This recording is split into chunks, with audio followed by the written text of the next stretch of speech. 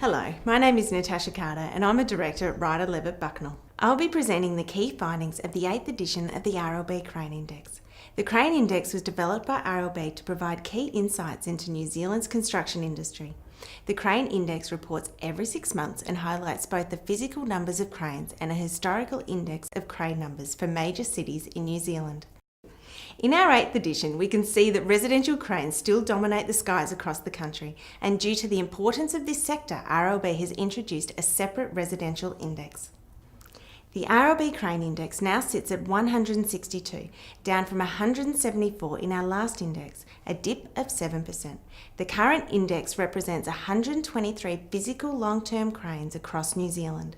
This is the first drop since our 3rd edition in 2015, which is mainly due to the completion of large projects and earthquake rebuilds in Christchurch. These include the Christchurch Justice and Emergency Services Precinct, Crown Plaza and King Edward Barracks. The residential sector, including private residential, aged care and student residential, has seen significant growth over the last 4 years, with an almost 100% increase in the value of the work put in place since the 2013 financial year. The residential index stands at 431, up from 377 earlier this year.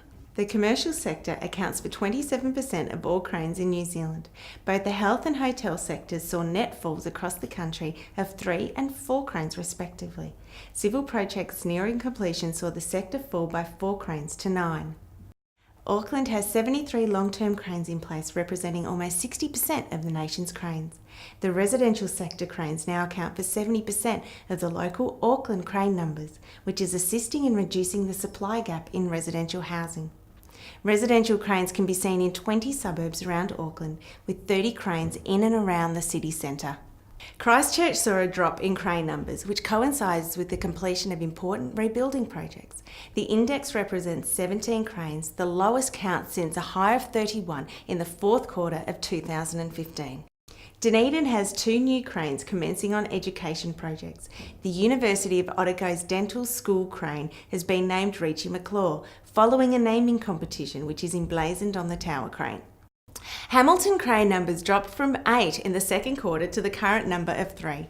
They can be seen on civil projects at the Hamilton North Expressway extension and on the Ruakura Bridge works. Queenstown has seen consistent growth in construction activity from an index low of 75 in the 4th quarter of 2015 to the current high of 275, representing 11 cranes. New cranes include those for the Hardware Lane Light Industrial Development, the iFly Skydiving Project, the Juicy Hotel and Queenstown Central. Tawaronga crane numbers remain the same, with 4 cranes on current projects.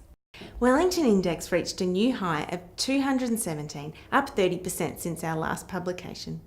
This reflects the rise in work put in place over the past 4 years. The volume of work increased from 1.1 billion in 2013 to 1.6 billion in 2017, a 45% increase. 13 long-term cranes are now spread across Wellington after 2 were removed from Taranaki Street and 83 Cuba Street. In summary, our latest Crane Index highlights the completion of major rebuild projects in Christchurch, as well as continuing strength of the residential sector, particularly in the Auckland market. For further details on our Crane Index, simply click the link below.